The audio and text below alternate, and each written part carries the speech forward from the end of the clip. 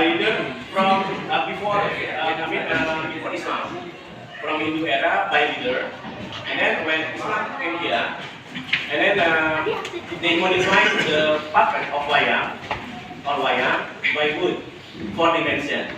So in Hindu era, the puppet by leader, only 2 sides. And then day by day, until today, wayang also can perform by people like this. So